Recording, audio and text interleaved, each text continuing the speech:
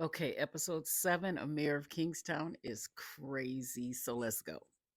It starts off with Callahan getting out, going, or not getting out, but going back into Gen Pop. And he walks past Kyle and he's like, "You're not even going to tell me bye or something like that, or thank you for saving my life." And you know how Callahan is, he's yapping on. He goes up to Kyle's cell and the guards conveniently let him talk to him. And he notices that Kyle isn't really responding to him, so he starts talking about his brother Mitch. Mitch, remember from season 1, the original mayor of Kingstown, and he talks about how he died. He talks about the mom dying and how Mike's the problem, and he's just really getting under Kyle's skin. This is a Kyle we're not used to seeing. So Kyle reads him for filth. He talks about how he doesn't matter, he won't be remembered, and I'm thinking, easy, Kyle, easy. This doesn't seem like a great idea, but he's just going off on him on Merle, and he's like, Merle's getting a kick out of it. He's like, "This is the most I've heard you say since you've been here." And so he tells him, "You reject me, reject the brotherhood, you're not going to make it, you might as well end it." Like all that. And I think he said that before Kyle read him for filth. But anyway, there was back and forth. And then Callahan tells him, he was like, "I can walk through walls," he said. He said he was going to pay Mike a visit. And I'm thinking, ooh, ooh. And he was too calm. People who are too calm are crazy, and you can probably believe what he was saying. I believe Cindy saw that interaction also. So I'm like, I hope she tells Mike something. Ian seems a little shooken up about the after the shooting with Frank. He's talking to Stevie right here. He said he'll be fine because Stevie asked if he was okay. He goes outside to talk to Mike, and he said, "Mike, this was a suicide mission." Mike was like, keep Frank here. Just tell him it's for safety reasons. Because Ian's like, he's not going to want to stay. And he's like, "Just keep him here until I get back with you."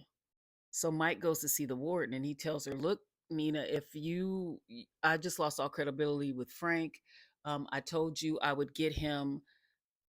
He would be arrested." And she was like, "I had to prove myself to my people. You had to prove yourself to me." And he said, "Next time you decide to play chess, let me know." This was a sad little interaction. His wife is done with him, really, and she let him know that she can smell that he had been drinking, and they were at the park with his son. It was just all sad. I mean, I like Robert. I know he's a little unhinged, but I liked him. Or I like him. Mike goes to see Evelyn, and she's pissed. She was like, "Mike, F off." And he was like, "What did I do?" He doesn't even know what's going on. And she said, "Is my witness dead? Is he dead?" And Mike was saying, well, first she was like, her witness is missing. And he said, "Well, maybe he bailed. You don't know."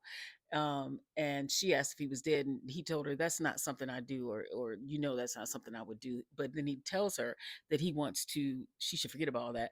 And he wants to give her Frank. And she's interested. He said, "You just have to let Kyle go." So Cindy and the Creeper bring in a new inmate, or cell whatever inmate, and he's talking junk to the Creeper about how he was in the women's prison. We all know he's a perv, so he keeps talking and going on and on. He was like, "What are you doing here? Nobody's giving it up, blah blah blah." He's really going at him, and Cindy's telling the guy to shut up. She's not really paying much attention to what he's saying. But then the Creeper, yes, Creeper, because I don't know his name, he grabs the inmate and smashes his head against the bars. So, and then Cindy's looking at him like, "Whoa." And the Creeper says, "They'll say anything." That's the prisoner. He was just going at him. Cindy's face is like, "What did I just see?" Oh, Jackson, Jackson, Jackson. He's trying to snoop around to see if he can figure out when the next shipment is coming so he can tell Mike. He gets the girl who works there catches him, and she's like, "All you have to do is ask," and she gives him the time. We all know this is going to come back because Torres is for sure going to ask her. And so I don't know. I don't know. I feel like she might cover for him. I don't know, but I'm still worried for Jackson. He pretends he's sick so he can go home or go tell Mike. Which it's tomorrow. The shipment's tomorrow. It was the next day at 1. I mean, or he could have. I feel like he could have done his shift and told Mike. I know they took his phone, but I don't know. Frank goes to see, or not Frank, but Mike goes to see Frank. Well, Frank's in holding or whatever interrogation, and he's telling him, you know what you got to do? You got to hit back. You just have to hit them back, for the because of what just happened, and still not letting on that he knows he's the one who had Bunny hit. So Ian goes to see Robert, and Robert's still in a sad state. At least he's not sloppy drunk, but he's watching like the dog whisper, and Ian's like, "What? You don't even have a dog? You know how Ian is? He's like, you don't even have a dog unless the dog left you to it." And he was like, Robert was like, "That's not funny." So Ian was like, "Well, you gotta laugh to stop from crying." And Robert goes on to say how he's sick of Mike and how Mitch would have never let that happen. His brother Mitch. They keep bringing up Mitch. It's not, it's not like he's coming back. But anyway, they keep bringing up Mitch. And he said Mitch was a cop. And I don't know if I knew Mitch was a cop. But anyway, he said Mitch was a cop and he would never, let any of this happen. Mike is an ex con. And here I am. He's like running the streets like he owns the place. And I'm sitting here. Um, the outcast. And he said if Mike McCluskey goes away, all my troubles will go away. And Ian's looking like, whoa.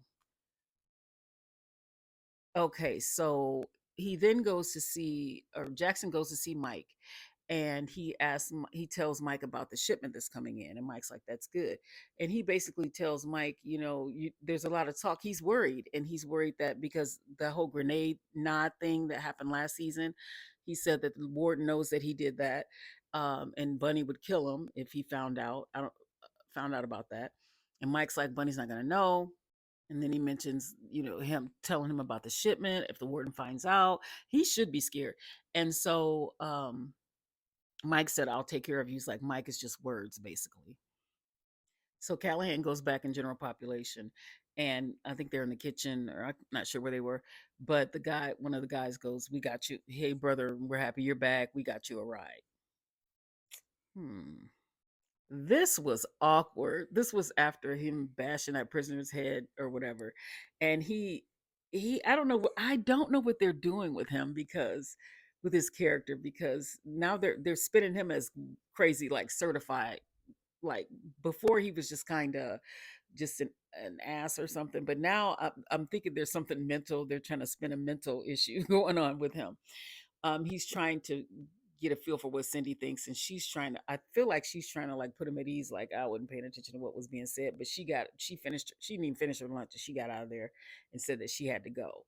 And then he was left alone, and he was like, stupid, stupid. I mean, I don't know. They're going the crazy route with him, I guess. I feel like they're probably setting something up too for like the next season with him. I don't know. Mike goes to visit Ian. He goes to see Ian. He's coaching his hockey team or whatever. And Mike's telling him about setting up Frank and how they're going to get him, and Ian is telling him about Robert, which I didn't know if he would or not. And he told him Robert's talking crazy, and he was like, "What about Evelyn?" He said, "No, about you." And he was like, Mike's not worried. Mike's got so much going on, but he did tell Ian, you just can't look after Robert anymore.